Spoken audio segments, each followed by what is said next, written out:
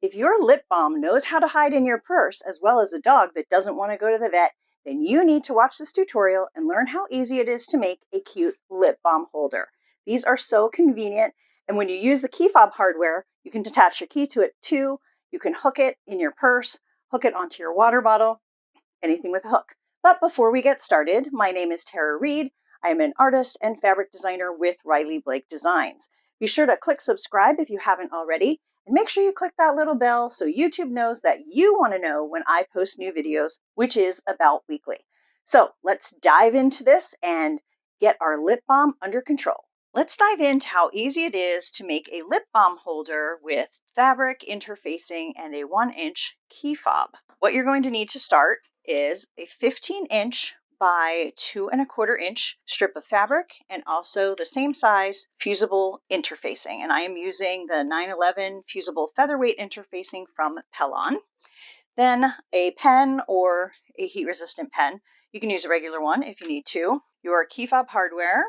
I highly recommend getting the pliers. It makes it much easier, but if you need to, you can use a hammer to close that if you don't want to invest in this. But key fob holders are one of my favorite things, so I recommend you invest in it. So let's get started. The first thing we're going to do is we're going to put the interfacing on the wrong side of our fabric. And the interfacing, you know which side is which, because one side you can see, I don't know if you can see the little bumps. That is the part that fuses or melts to your fabric. So that part needs to be down, and then it's smooth on the other side. If you do it backwards, you're going to put a bunch of glue gunk on your iron. Not the best. So you're going to put it down like this and line those up. And then, because every once in a while you make a mistake and you do it backwards, right? Tell me I'm not the only one. You can also use a pressing cloth, which you can buy these that are specifically pressing cloths. It's just a thin piece of cotton. I like it because you can see through it often.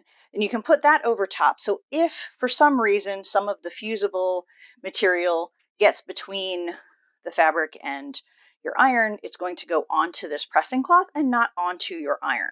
So I'm going to get that done and then show you what to do next. Now I have the interfacing ironed onto the back side of the fabric, and that's just going to give us a little bit more stability with our fabric and our little holder when we're done. Now we're going to fold it in half and match these ends.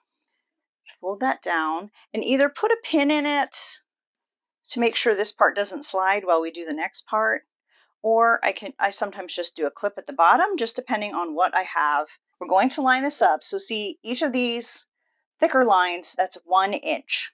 So we want to center this fabric on a 1-inch increment.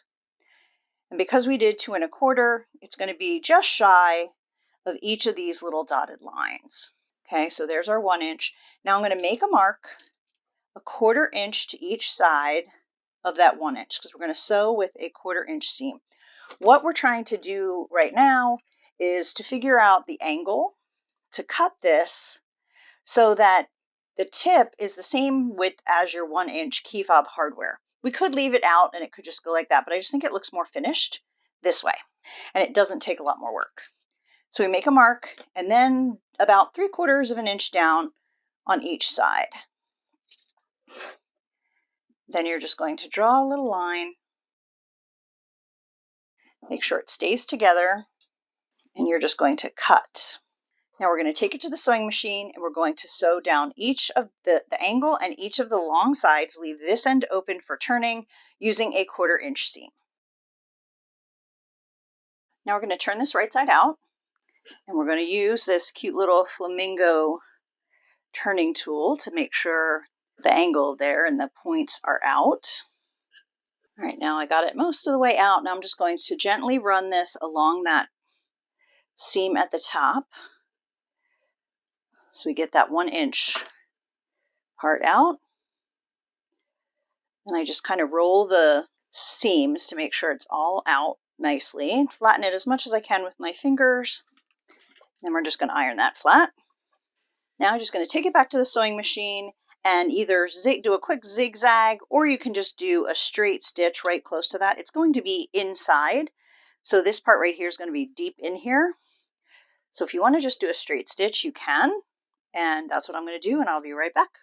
So I just did a straight stitch there because it's going to stop that from fraying. It's going to be inside, and I did not feel like changing my presser foot. Now, this part is really important if you have directional fabric, which I do.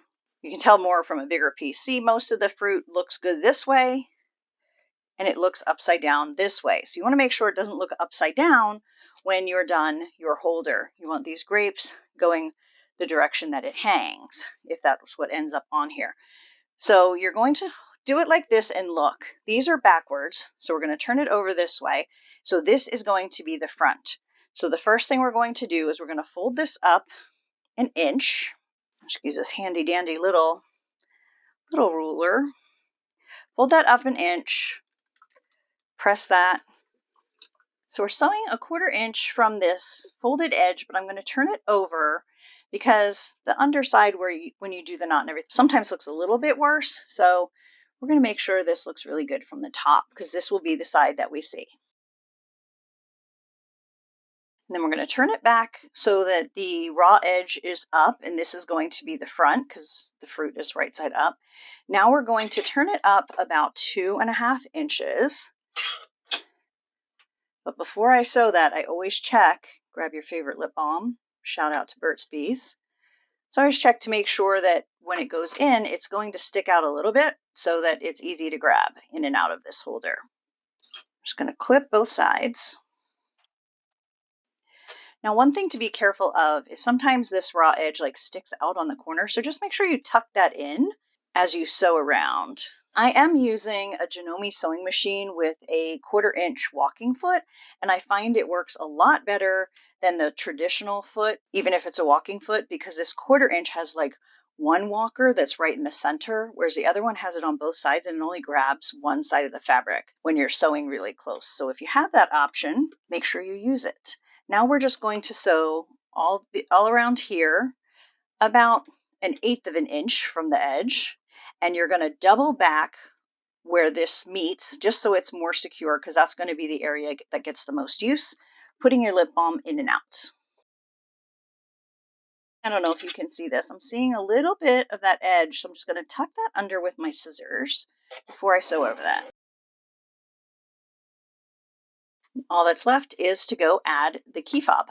The last step is to attach our hardware, which is basically a piece of metal, and it's got these little, I don't know, triangles that are going to dig into and attach to the fabric to keep that nice and secure. And it comes with a key ring. And there's a link below the video to find them on Amazon if you are on my YouTube channel or my website. So it's going to line up like that. So you can either do it like that and put it in to the pliers. I highly recommend the pliers. If you don't have any, what you're going to do is you're going to line this up, put a little piece of fabric over there and gently hammer it. Put fabric on there so that you don't dent or scratch the metal, so that it'll still look good. But I love key fobs, definitely worth the pliers. And this is what I've learned over the years of doing key fobs. The easiest way to do it is to set your hardware in your key fob first, and then gently close it so it'll hold, right? So it holds there. Then take whatever you're putting into it and put it in and double check on both sides to make sure it's lined up with the top so it looks nice and professional. And then you simply squeeze. And that's it. It is done. It is ready for your lip balm. This is Tara Reed. Thank you so much for watching this tutorial. I hope you enjoyed it. I hope you left a comment. Now make sure you click this button and subscribe to my channel. And then you can click over here. Here's some videos I think you might like too.